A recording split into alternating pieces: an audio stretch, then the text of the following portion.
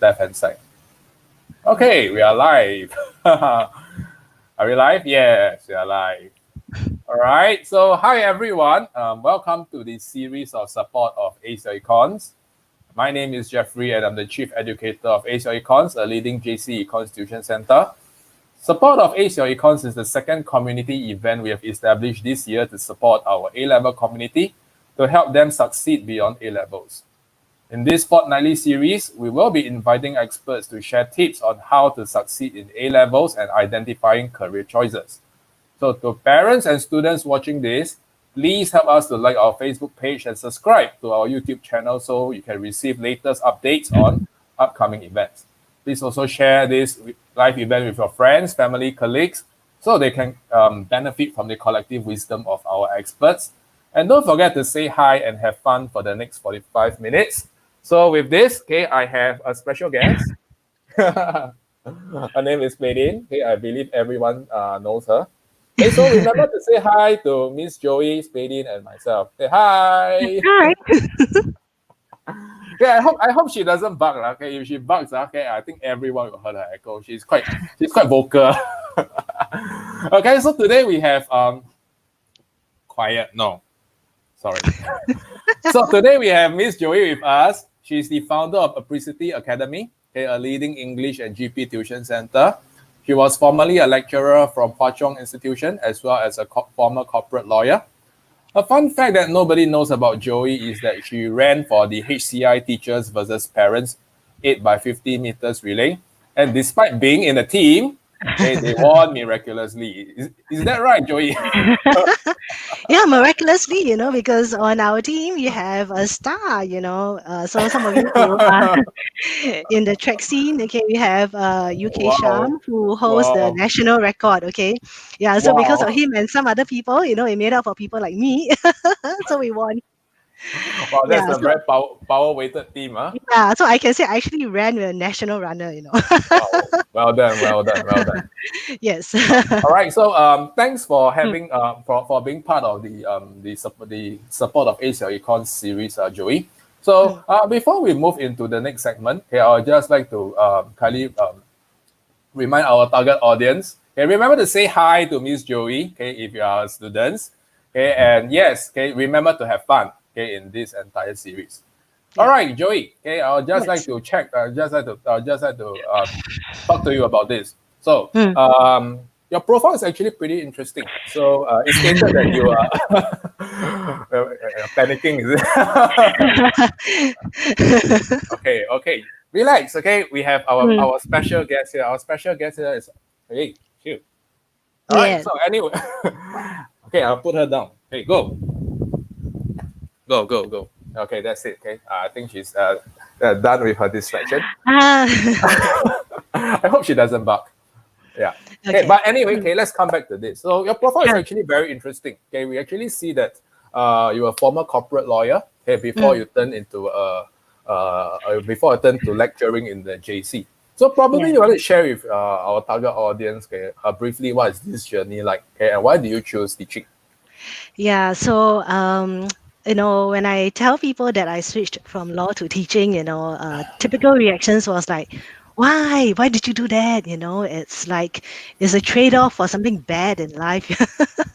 But actually I will tell people that I found teaching to be tremendously rewarding. I know it sounds a bit of a cliche, but I think Jeffrey also feels exactly the same way. So the experience at the corporate world is some of you as students, you can ask your parents. It's very different from school life. Right. So when I went in as a corporate lawyer, it was, I will tell you that studying law was intellectually very stimulating, really, really nice. And I also tell you that going to the corporate world was also an eye opener. But at the end of it all, I think I was also asking myself as a young person, what is it that I wanted to get out of life, would I be interested in having more promotions, and having bigger offices, or actually, would I be interested in interacting with young people and actually helping them and, in that sense, influencing them and also teaching them a skill that they can master for themselves, So what I did was I wanted to just see whether, as a young person, if there were other things I wanted to do with and teaching was something that I had in mind. It was just that I wasn't very sure at the point in time. I think also for when I talk to my students, hard to make a decision when you are 19, when you're choosing what you want to do.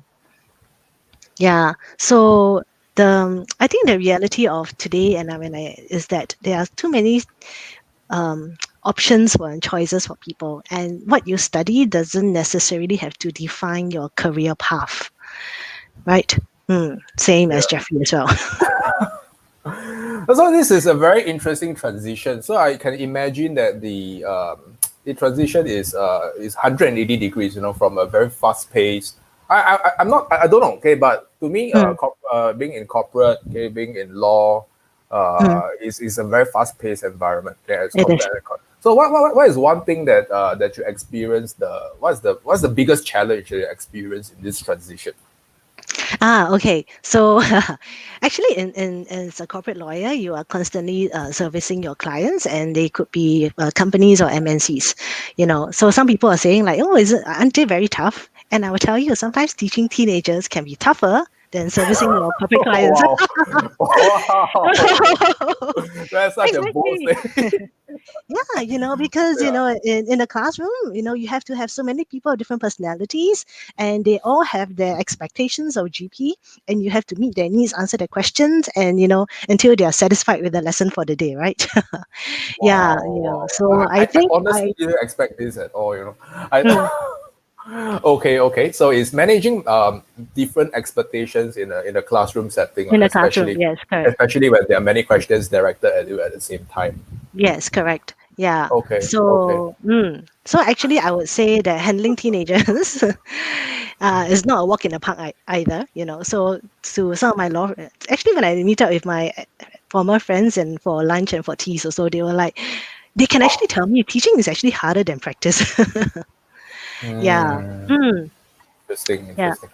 Yeah. Okay. So Mm, thanks for sharing. We will touch more about the career progression and some of the career tips that Joey has to share later mm, on, right after the GP tips.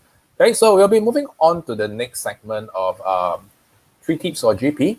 mm. But having said that, okay, for the viewers out there, okay, if you please help to share or like this video, okay, to your friends, your colleagues, your families, okay, to help them with the collective wisdoms of our expert. All right, so coincidentally, the O levels is I think it's going to be released pretty soon. I think it's next Monday. I think. Oh, Yeah, exactly. and that being said, okay, this is actually quite timely, okay, because um, we do have the O level students that are looking to enroll to JC or Poly, right? Mm, Okay, so most of them will enroll to JC and Poly lah. Okay, and yes. yes, so I like to make use of this opportunity, okay, to ask, okay, in one sentence, okay, what is GP, okay, for Sec 4 O level students, okay, that's moving to JC, okay, what Mm. is GP likely to be for them, okay, and what is the greatest difference, okay, between secondary school English and GP in JC? Okay, can.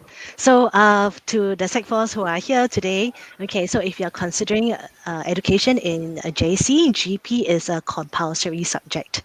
Okay, so it is like English, it is harder in the sense that you now have to bring in a lot of current affairs.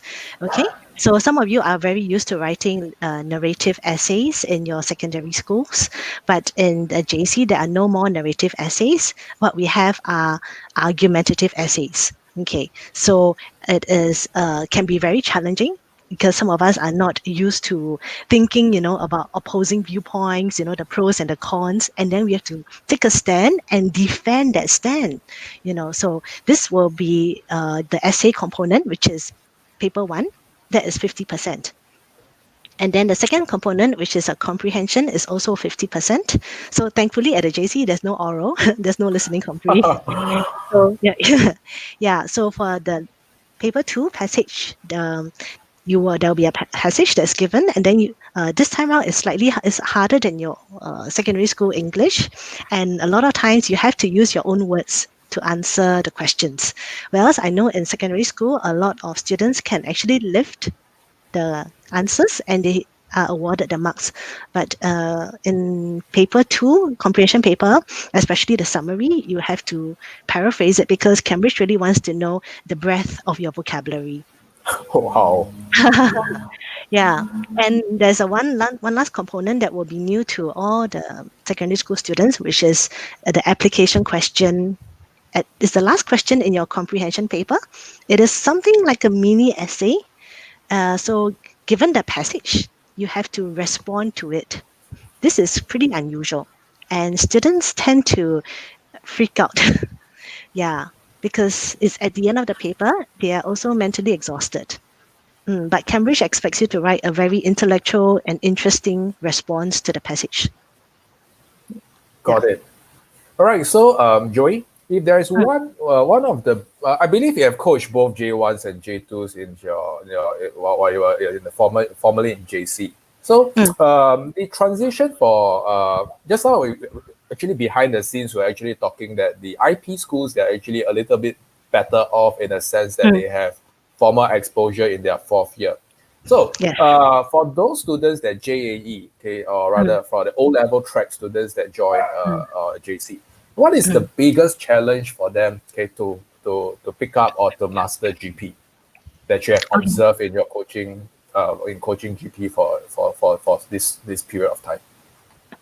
Okay, so I think maybe just shed a little bit light. For many IP schools, they actually start the looking at paper essay questions and comprehension questions either in Sec 3 and 4. So they roughly know the type of questions that can come up. So we can ask questions on technology, we can ask questions on media, we can ask questions on environment, even poverty. Yeah, so they are comfortable with seeing a range of topics. But I think something that JA students grapple with is that they see a range of topics and they get very confused because they don't know what to write for each topic and how to structure their train of thoughts, Yeah. So I think don't be afraid when you see the whole range of topics, okay? Because in J1, we really do, in that sense, throw you in the deep end.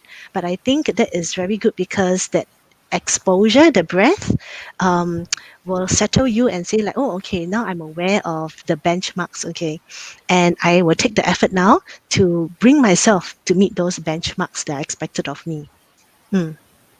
Yeah. So if you see the whole range of topics, don't be worried, okay? Yeah. So just now you mentioned about J1 when they are thrown into the deep sea and they are expected to tread water. So I'm just curious, okay, because I coach Econs.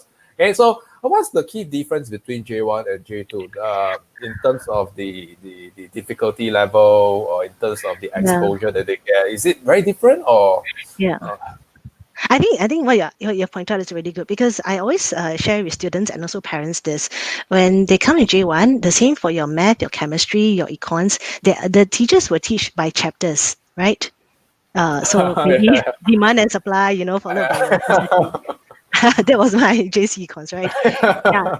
And then subsequently, when the teachers will give you a mini test, it will be tested on that particular chapter. Right. Then after that chapter is concluded, they will start the next chapter. Okay. But unfortunately for GP, we don't go by chapters. I mean, we do have topics like education, society, mass media. But when we give you a set of questions, these questions can come from a range of topics that we have not covered at all.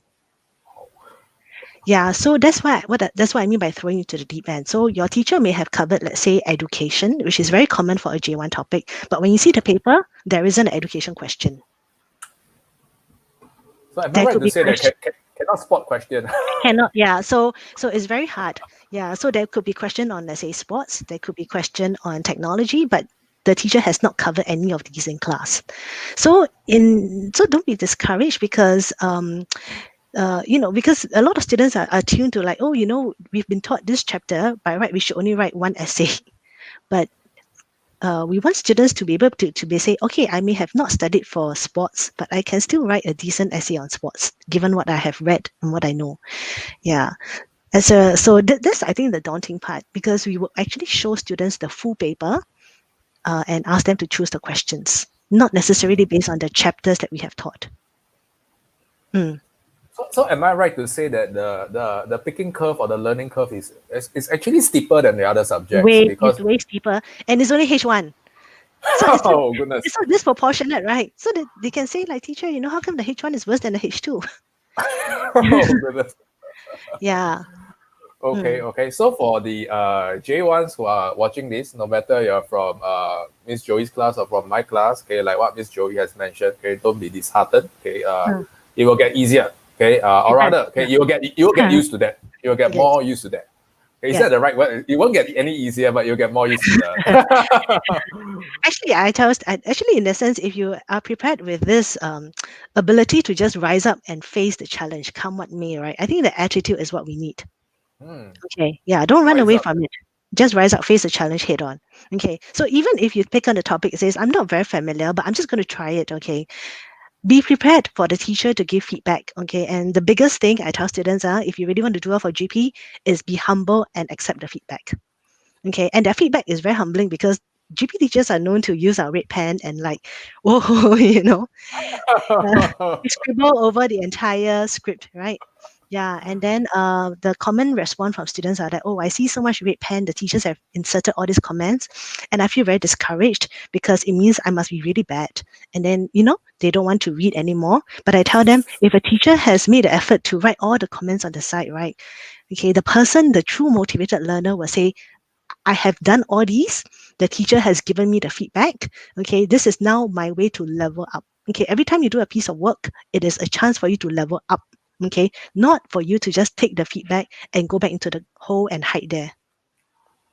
Oh. You understand? Yeah. So, I really believe in the growth mindset, right? So when people give you feedback, the same. When people give me feedback about my work, okay, it can be humbling, but I say this is a chance for Joey to level up to Joey 2.0. Okay. And that I think is the ethos of life. Because then you can be a better person no matter what happens and come your way. Right, Joey, this perspective is actually really fresh, or the feedback or the humbling feedback. The reason is because I never seen it that way. I also do a lot of feedback. Yeah, so instead of red pen is I'm just doing digitally and then I just scribble Yes. all over. But I haven't heard of my students saying that they hide in the shell or because or they got defeated or not. Okay, so yes, I think this is a very good perspective. So for students who are watching this, okay, please let us know your take on this. Okay, on receiving feedback, especially my students. Would you like more feedbacks or less feedbacks? And Miss Joey's Yeah. students, you can let us know what exactly is your take on feedback. Okay, or do you get discouraged easily or not? All right, and this Yes. is a very good, very, very good uncovering point. Thanks, Joey, for sharing. Okay, so we will be moving on to the three tips, and Joey will be preparing her materials for a screen share. Okay, so for the J2s that are watching this, okay, this is the golden nuggets that you don't want to miss. Okay, so make sure, yeah, if you have any questions, okay, please drop us a comment. Okay, and Joey can address any of the questions based on the tips that she have. Okay, so Joey, is your screen ready? Yes. Yeah, I'll add it to that. Okay. Yeah. So we want to go to the first tip now. Okay. So the first tip. Okay. So GP requires students to read widely. Okay. And students firstly, there is always a natural resistance towards reading because it takes time. It is requires effort. Okay, two things are it takes time, requires effort, and as a result, it is naturally not popular with students.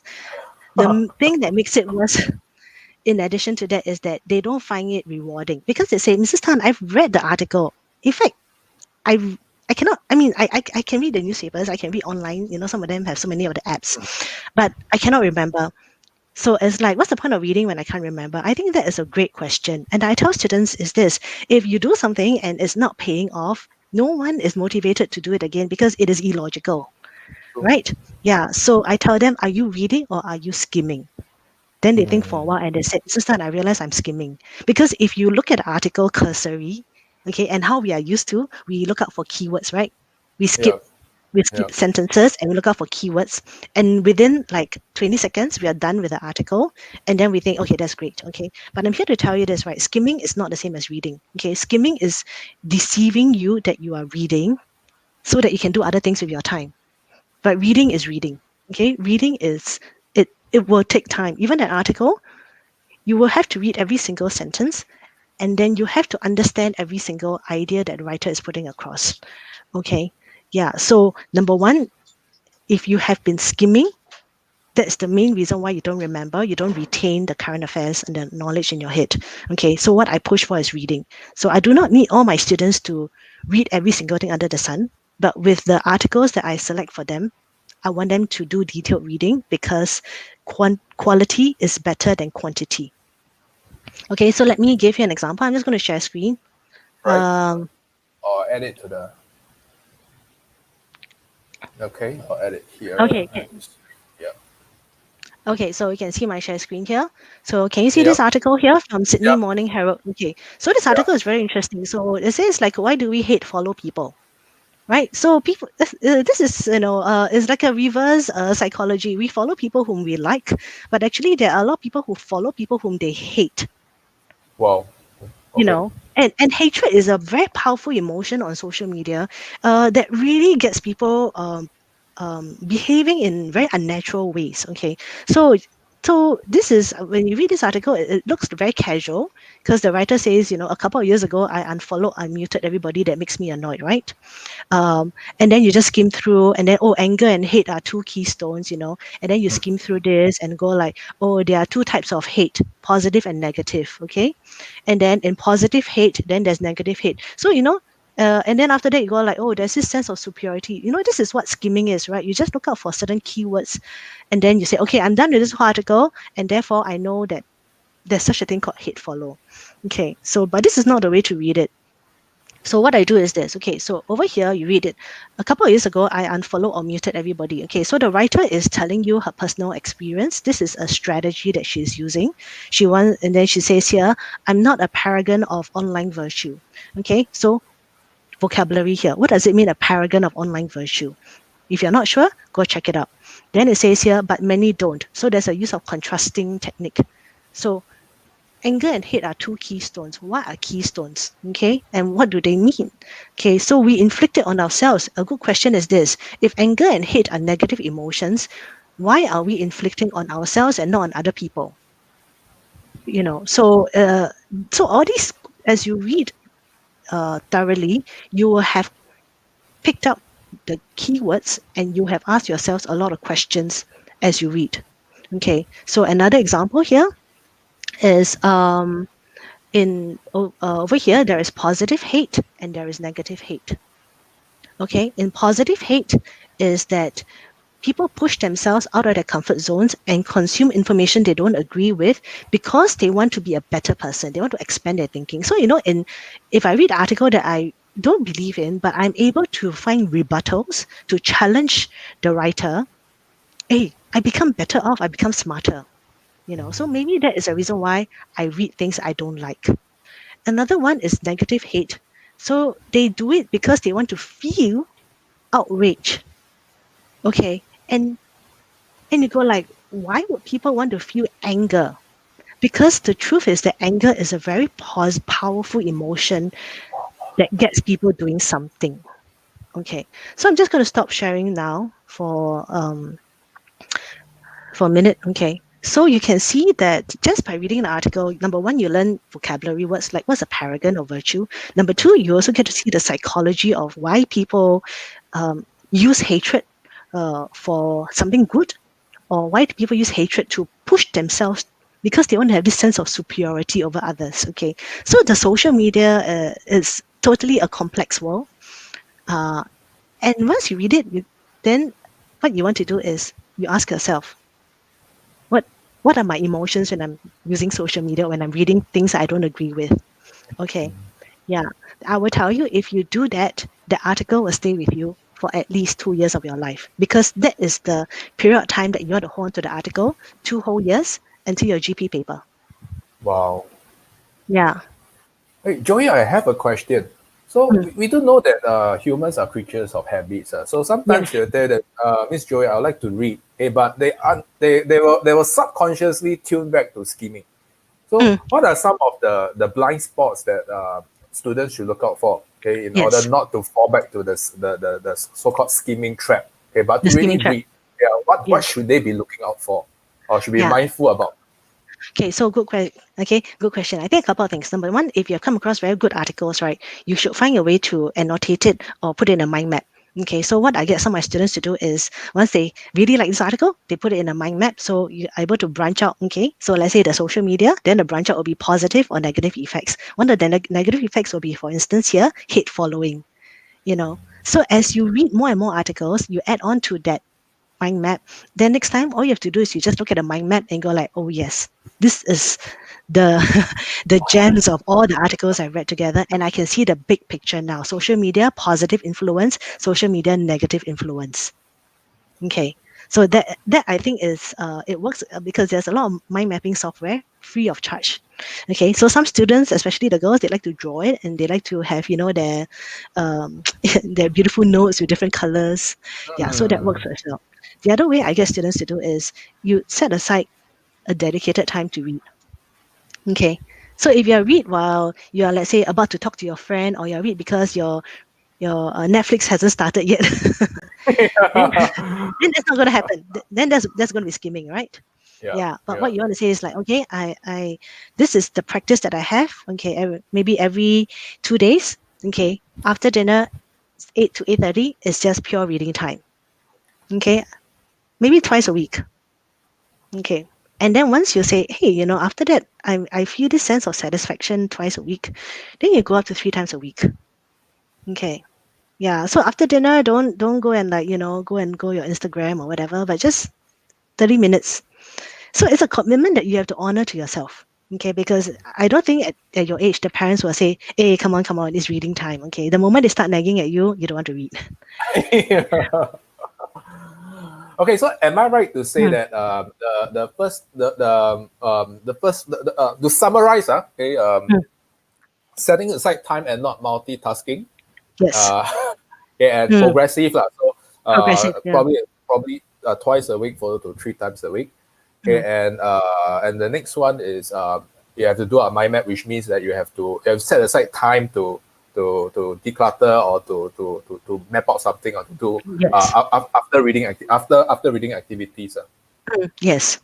Okay, Yeah. okay, So some okay, students prefer to like jot down notes, in like a bullet point.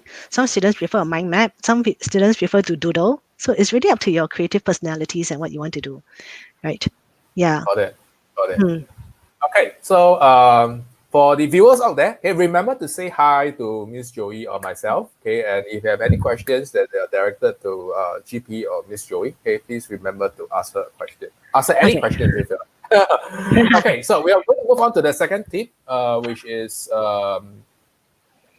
dissect well-written articles. Okay, so maybe Hmm. you want to elaborate on this, Joey? Yes. Okay. So just let me share screen again. Okay. Sorry. Can? Yep, Okay, great. Okay, so dissect well-written articles will be something like this. Okay, so can you see I have a Word document here, Jeffrey? yep, I can. Yeah, okay, can. So this is an article I got from Foreign Affairs on poverty. Okay, so I use this on my lesson. So when we read articles, sometimes if it's like news, China News Asia or Straits Times, so they tend to be reporting a certain factual information. So in terms of writing style, not much for us to learn from. Okay, so if you read articles from Foreign Affairs and other places, then it will be quite interesting. So like for instance, over here, the first sentence, why are some countries rich and others poor? So obviously this is a hook, okay? And you can actually say, oh, I can ask a question to begin my whole introduction, okay? Because this is interesting. And then after that, there is this idea that, oh, okay, only by answering this question can one decide, okay? So you can see if you ask a question at the beginning, then you can use this technique to lead on to the key idea, okay? And then also here, the idea here is that the poverty these efforts to solve poverty has mixed success. So in that sense, there's a bit of ambivalence here. So the writer is writing about a opposing stance followed by a supporting stance. Okay, because there is the use of although. When students read although, they know that the stand will be the opposite. Okay, so there will, yeah, so this is what I mean. So you must be very purposeful when you're reading in order to dissect the strategies that very good writers have used. Then you can use it in your own essays. So for instance, over here, there is paragraph 3, there is a contrast.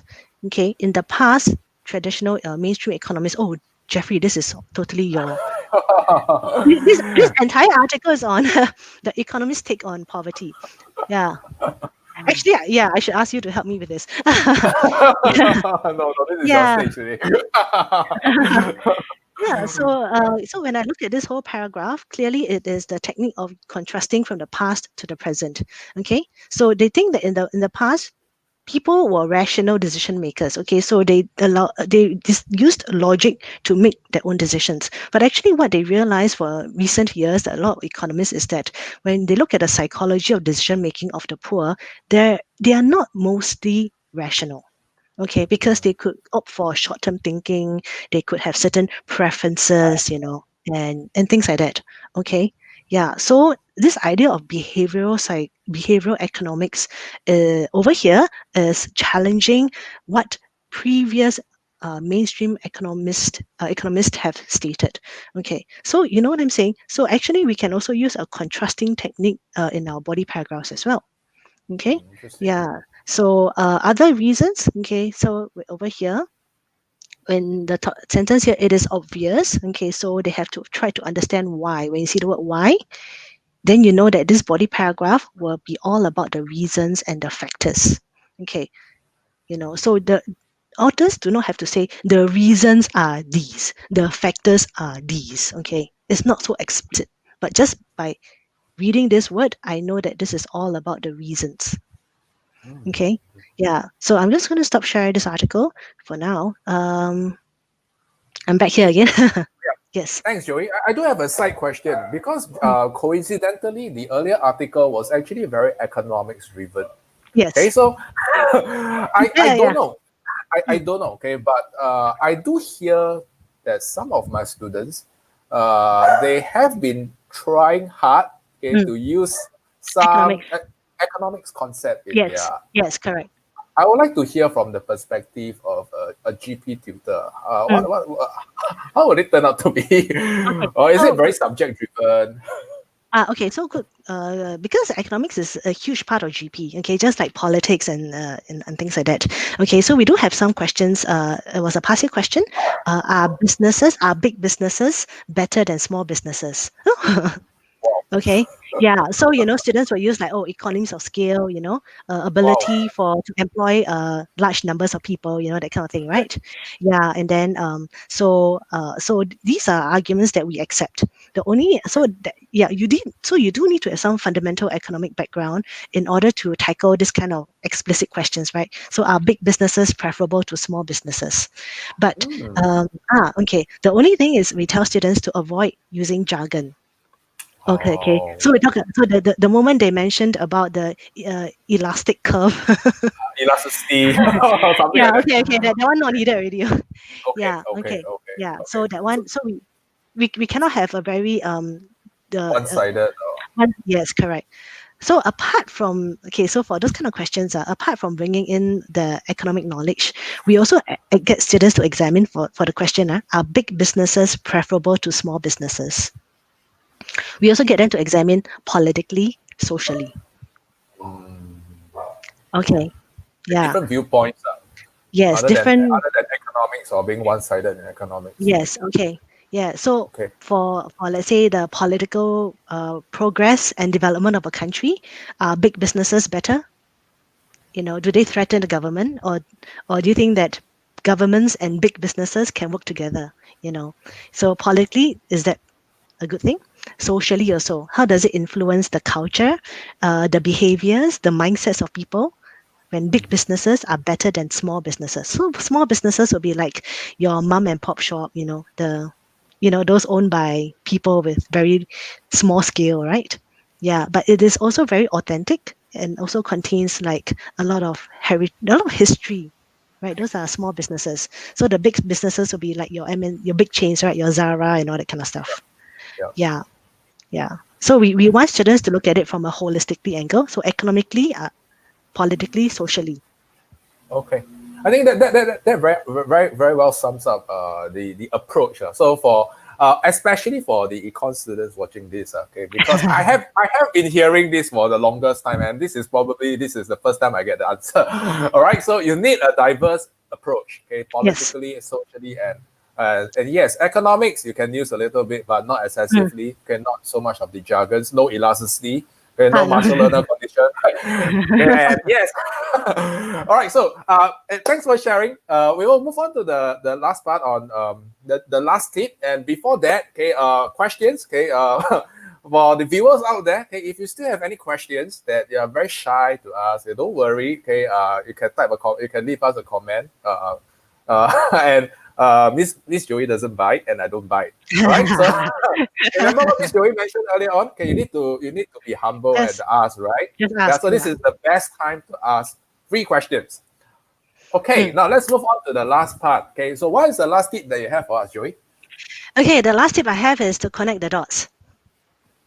Right? Okay, so I think the thing that excites me about GP, I know it sounds like very nerdy, but it's when I read and I like, oh yeah, there was, a previous article or what I know about this, and then what I read is linking on to what I read previously, and I was like, oh okay, I see the bigger picture. Okay, so I get really excited by that. Okay, so let me just give you an example.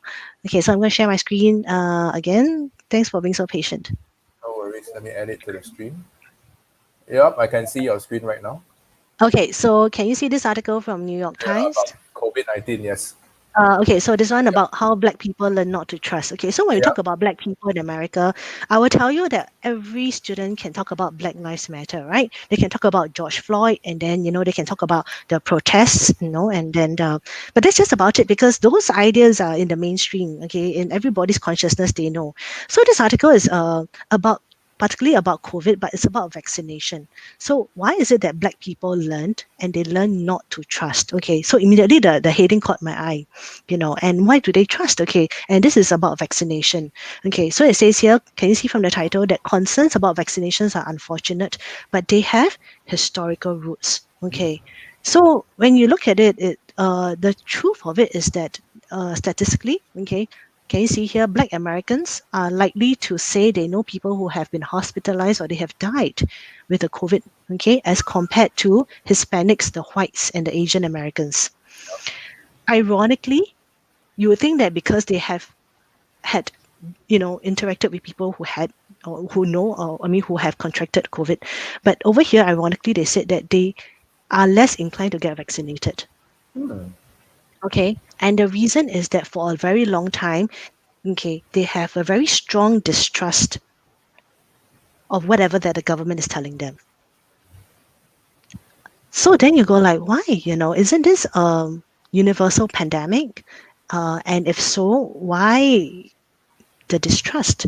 Then you go and see here, okay, actually I came across this example 2 years ago, but I did not take note of the name of the doctor. And I actually told this to my students, but until I came across this article again just this year, I was like, finally I found his name. Okay.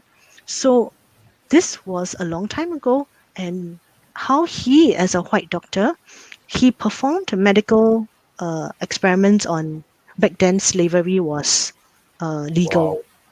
wow, wow, Okay. And of course there was no such thing as informed consent, right? Yeah, because they were slaves, and slave was seen as part like chattel, like property. Okay. So he performed a lot of experiments, okay, on an enslaved woman before perfecting his technique. But when he performed it on this woman, he did not use anesthesia because back then wow, they believed that black women could not feel pain because they were not equal to the whites. wow, Okay. Yeah, so and then only when he performed it and he was successful, then he performed on white women. He actually used anesthesia because, hey, white woman, you feel pain. So there were many incidents of all these cruelty and brutality that was inflicted on many generations, and that is why the legacy carries on. Okay, that it is very hard to trust a person in power because of all the heinous things that were done to your ancestors. Okay, so I'm just going to stop sharing now. Okay. Yeah. So then I'll be like, oh, connected the dots. Okay, because when we talk about Black Lives Matter, it is not just a single unfortunate death of George Floyd. It was many, many thousands of Black Americans who, in many ways, felt oppressed. In many ways, was singled out for things they didn't do. In many ways, took the brunt of all that was meted out on them. Okay, and this was yet another thing that added, okay, to the trauma. So then after like, connecting the dots, now I read it and I'm like, I know more. And that's why you put yourself in the shoes of people, let's say, eventually students, if you want to be a policy maker, you want to work for the government, you realize that crafting public policy is not so straightforward. There could be deep root causes, deep root Yeah, cause behind. Yeah. exactly. Yeah. Hey, So so when we Joey, yeah, hey, sorry. sorry. After you, after you. Oh no, so sometimes Uh, when we analyze issues, you tend to be more thoughtful as a person and not be so simplistic. Yeah, why they don't take the vaccine, it's free. You know what I'm saying, right? You won't have this kind of judgmental comments anymore. Yeah. Okay, so I'll just like to ask. So let's say, okay, for this example, is a black person that's not, that's actually because of some historical reasons Yes. they're not trusting the government. Okay, Mm. so this is an example of connecting the dots. So let's say if a student asks Miss Joey, okay, how can I start to connect dots for different teams or different topics? What are the things to look out for? Is there some tips that you can share with them, like looking at the Uh, looking at the history? mm. Yeah, Yeah, so okay, number one, looking at the history is important. So actually under GP, we do cover history, though wow. not as in-depth as a history subject, but you should be, okay. So some of the major historical events must know. Okay, for instance, what happened at Tiananmen. Mm. Yeah, okay. Yeah. The Cold War and things like that. So these are things that we do expect students to know. Okay, the good thing is, okay, the internet, there are tons of videos, okay, that you can watch. Okay, so if you have a lot of free time, I recommend History Oversimplified. It's a Okay. YouTube series, especially for American history, Civil War, very nice, okay? And there's a lot, okay? So, history. So it's a YouTube channel called History Oversimplified, okay? So one of the ways to connect the dots is to understand history, okay? So like, why is China and Taiwan like they don't like each other and they constantly oppose each other? Why is it that Taiwan wants to be independent but China doesn't recognize them? History. Okay, India, Pakistan, history. Yeah, North Korea, South Korea, history. Yeah. Then after that, you'd be like, okay, I'm ready to read more because I understand the history. Yeah. Okay. Okay. Some, So yeah, history is one big part, right? one big Uh, part. Then other parts will be when we look at, let's say, for instance, environmental issues, right? Yeah. So we go like, okay, it's environment, we should like use less and we should like recycle, save the earth, common ideas, right? But actually, when we look at it, is recycling really the way to save the earth? For instance, okay, my students will know because I talk about this. Okay, we have people buying metal straws because they want to cut down plastic straws. okay. But metal straws is not the solution, It's an right? alternative, yeah. It's an But it still creates alternative. problem. It still creates problems because you're still mining precious metal. Yeah. You're still mining precious metal, right? And at the end of it all, how many times have you used that metal straw? Does it justify the environmental cost, the carbon footprint it takes to mine the straw and to produce the straw and to ship the straw to Singapore for you to use? Okay, so as an environmentalist, we are sometimes too quick to say we embrace the alternative because it looks very good, but if the alternative is more harmful than a plastic straw, then you think very so connecting the dots also mean like we don't just accept the surface message, we have to examine the processes Wow. behind what was given to us, right? Yeah, because if you really want to be environmentally friendly, then I tell my students, then there's no straw for the rest of your life. Okay, you have to cut out the item. because when you use less, that is the only way to save the earth. But when you buy an alternative that actually generates more carbon footprint and becomes useless after a while, which is true. I have students who tell me they have 3 or 4 metal straws. Because Wow. they have different sizes, right? The small, medium, large, the large for the Yeah. bubble tea, right? But then, and then after that, they go like, oh, it's very tedious to bring out because, sometimes you just walk out with your handphone and your Yeah. wallet. And then you want to buy a drink, right? But then, but the metal straw was at home. But do you still go and buy the drink? Yes, you do.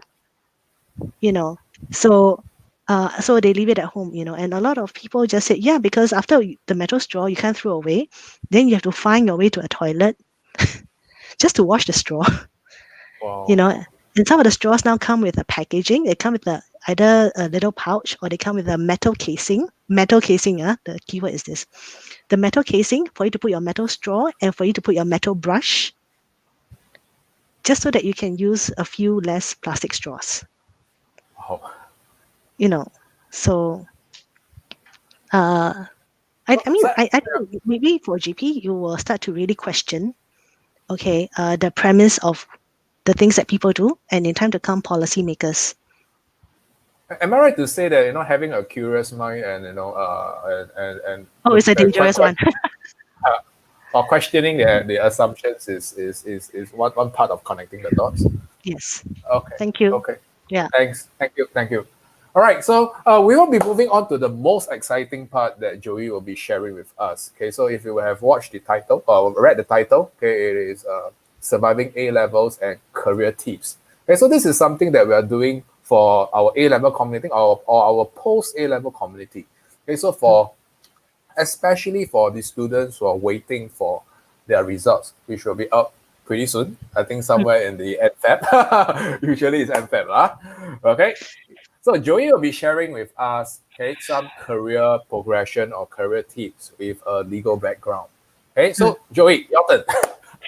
Okay, so a lot of students like to go into law. Firstly, it's prestigious and it sounds great, when you tell your parents and all that kind of thing, relatives and friends. Okay, so I will tell you that the legal education is rigorous. Okay, and the exposure is fantastic. I think I came from NUS law simply because during my time there was no SMU. Okay, so that's how old I am. Okay, Still very young, still very young, still very young. okay, thanks. Okay, so anyway, but I think if you are generally a person who enjoys reading, okay, so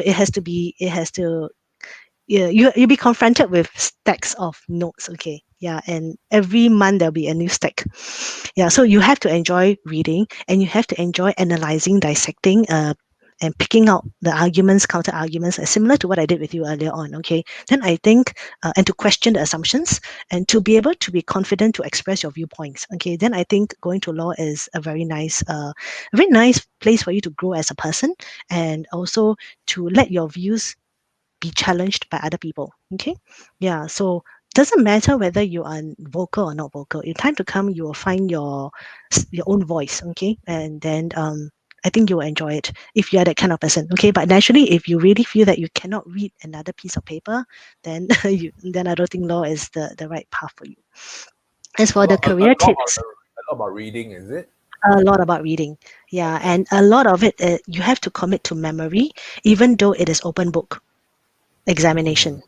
Yeah, so I understand from my students now that a lot of examinations are open book. Okay, but I'm going to tell you, open book is very deceptive because you still have to commit to memory. You Wow. don't have time to flip and flip and flip. So you need to know at least, I don't know, 50 cases at your fingertips. Wow, that sounds wow, so Yeah. much of memory work. Yes. Okay. Yeah, because if you think about it, if you were to go to court and or you were to speak to your client, you can't tell them that, excuse me, judge, excuse me, client, let me take out my notes. I need to Okay. Google it out. Yeah, I need to Google. Yeah. Okay. So immediately you must have what it takes to give them, okay, the reasoning, because there was a previous court case, the judge ruled this and this and this and this, right? Yeah. Okay. Okay. And so that is the thing. Yeah. So number one, so I think if you are naturally inclined, then this will be a good place for you, because I think it really grows you as a person. And I also think that a law career is useful, okay, if you are either going to practice or not practice. Okay, what I mean by this is that if for you who are those who are thinking of practicing, you can practice locally as a lawyer here, or you can both in NUS I know, but I'm not sure about SMU. I haven't followed closely. But you can also take the American bar exam, and then you can qualify to practice in the US as well, because different jurisdictions they have different regulations. So I have friends who have taken the American bar exam, so they can practice locally, Singapore. They can practice in America as well. Yeah, so you can, in a sense, go global with a law degree, right? Yeah. If you want to practice, you can be a lawyer in a law firm, or you can go to in-house counsel. That means for big American companies, let's say Google, they will have the in-house lawyers. So you just work primarily for Google. You will examine all their documentation, review all their contracts. Okay. Yeah. So that's in-house. For those who are not thinking about practicing, we have also have friends who have gone on to banking. Yeah, so they can't really be they can't really do the technical stuff of banking, but they move on to jobs like private bankers, where they reach out to high net worth people, advise them on their portfolios and what they have, right? Because as a part of law, you can also take banking related modules. So speaking Yeah. of which, am I right to say that you can specialize somewhere in the later half of the year, like corporate law, family law? Yes. Uh, Okay. So if you go for SMU, they only do corporate law. So all the modules will be relating to corporate law. So there'll be banking, finance, taxation, right? Yeah. But if you go to NUS, then you have a whole spectrum. You can do criminal law. You can do family law. Yeah. You can do Southeast Asian law. Yeah. Yeah. So many things. Okay. Hmm. I do have a question on behalf of some of my students. So let's say if I like to read a lot, okay, but Hmm. I'm quite introvert. I have issues and putting up a stand in front of my classmates and arguing my point. Is law still viable for me? Okay. So what I understand from students now is that class participation is very important. Yeah, so I think long gone are the days that you can just keep very quiet and just copy notes throughout. Yeah, so they do expect you to speak up. They do expect, especially for tutorials, and then the professors will, they will take note. Okay, who are the students who are contributing? So my suggestion to you is this: if you are genuinely very shy, okay, how should I put it? You you can't really be a very effective lawyer if you're very shy.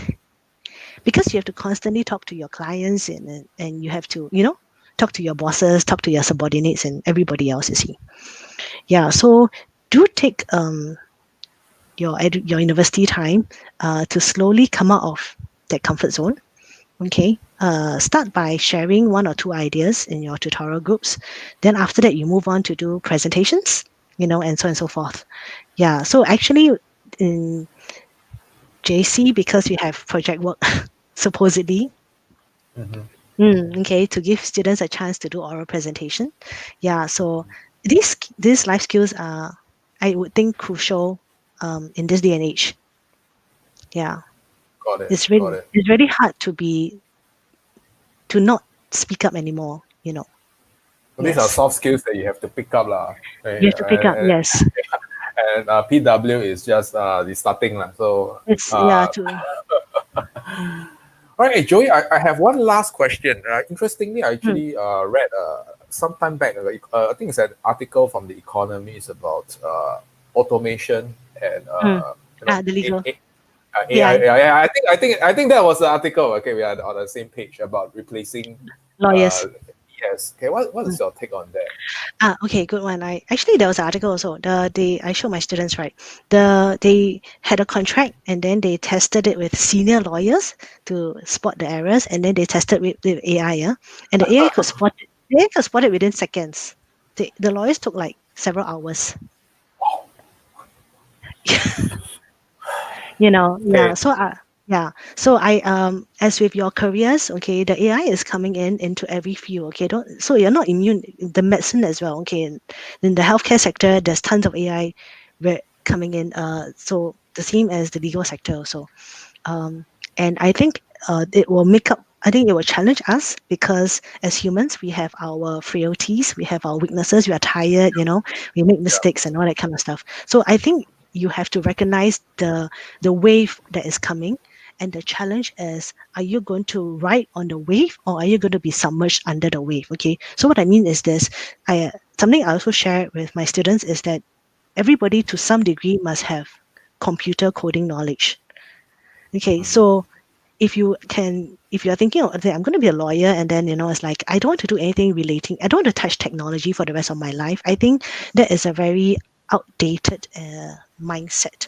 But if you're a lawyer and go like, okay, how can I use technology to bring my practice and my firm to a better place, then I think that's the right direction. The same as teachers, right? So how are we going to use technology like Jeffrey to bring his teaching to be more effective?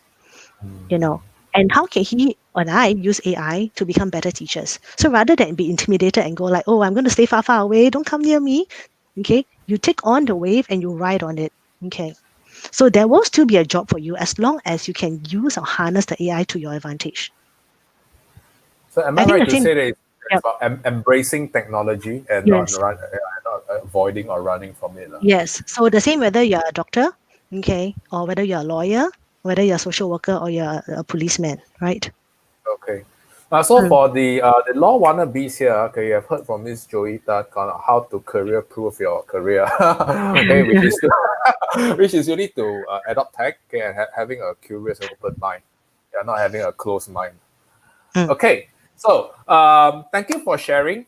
Okay, so if you have any questions for Joey, okay, feel free to drop us a comment. I did not expect us to take up quite some time, and we're doing really good in time. Okay, so now, okay, if you have any questions for Joey, okay, that you would like to ask her with regards to GP or career choice, okay, this is her WhatsApp. Okay, strictly 10 a.m. to 10 p.m. only. Please don't.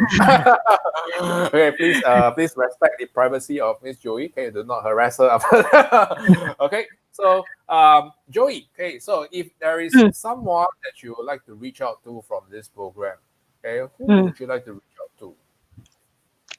So actually, if you find that, okay, so whether you are a Sec 4 student or whether you are currently a J1 or J2 student, J2 student, sorry. Okay, and you feel like that, it's been very discouraging for you or to learn GP, okay, and then you can just have a quick chat with me, okay, because I just want to show you some ways. And sometimes all you need is somebody to just put you on the right path, okay, and then you can restart that process for yourself, because that's what I think that good teachers will do. They will show you the path to go, okay? But I don't think as teachers, we will walk the path for you, right? We will show you the path to go. We will set you up for it. We will be supporting you, but you have to take that first step of walking the path yourself. There's a saying, right? Okay, when the heart is ready, the teacher will appear or something. Hey, we have a question. We have a question. Okay, by Enzo. Okay, so is it worth it to take double degrees, and what are the pros and cons about it? Okay. Yes. Okay. So Enzo, yes, good question. I think if you have a chance to take double degree, I would actually recommend it. Okay. So the pros and cons. So if let's say there is a law. Okay. So in SMU there is a law and economics. Okay, and there's law and accounting. So I think that's great. Okay, but so because to be able to say like subsequently when you go to practice and then you say I took a double degree and then I have a strong foundation in accounting, you can actually work towards working in, let's say, the accounting industry by advising them from a legal point of view, right? Yeah. So I think I would like to think that the degree that you have is to open up more opportunities for you.